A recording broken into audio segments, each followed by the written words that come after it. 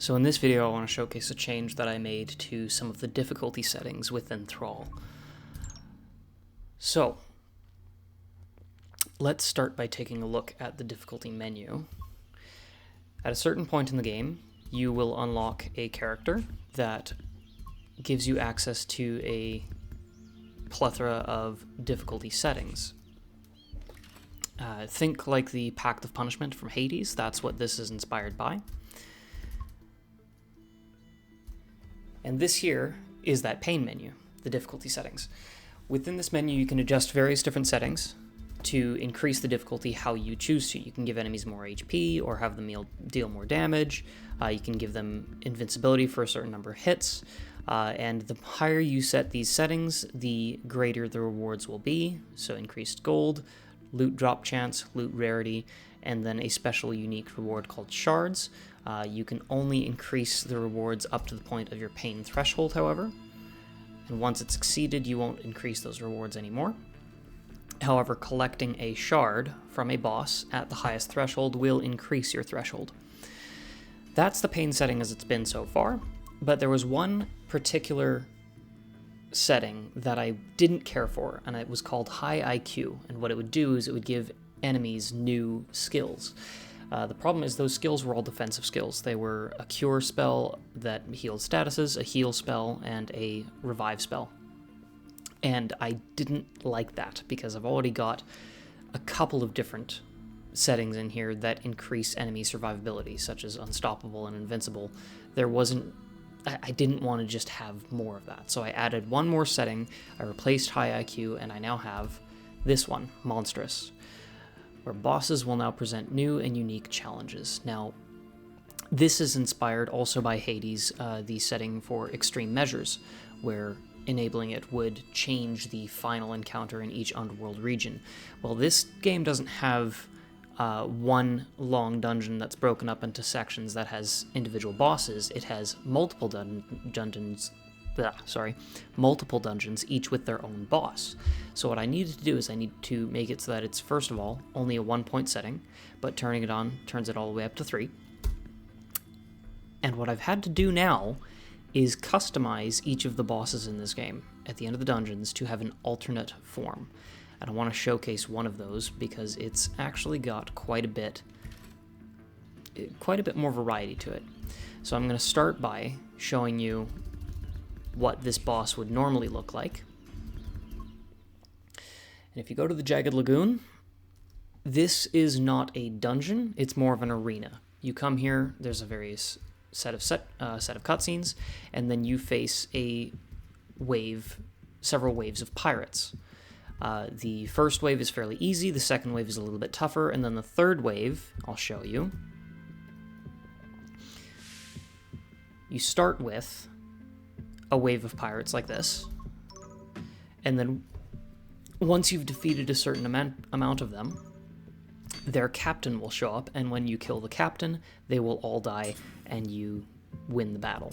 This is what this encounter is normally like. This is normally the boss fight for this region. But now I'm going to show you what happens if you turn on Monstrous. So let's go back into the keep. Let's bring up our variables that actually put these things together.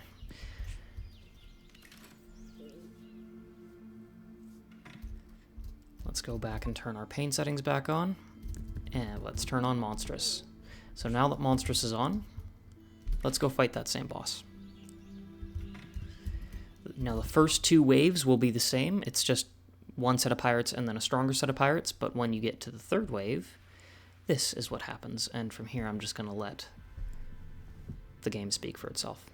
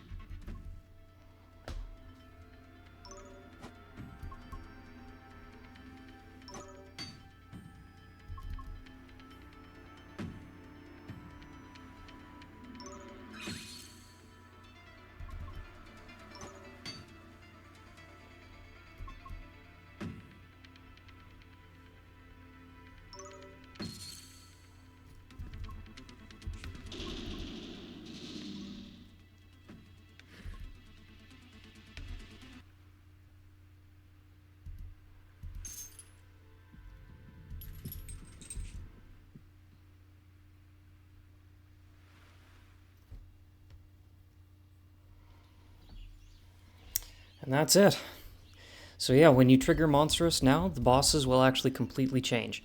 That one took a little bit more work than the others, because I had to actually not only figure out, you know, making a battle sprite that was the right size and position, putting together the animations so that they lined up with the cannons, so that the cannon fire looked like it was actually authentic.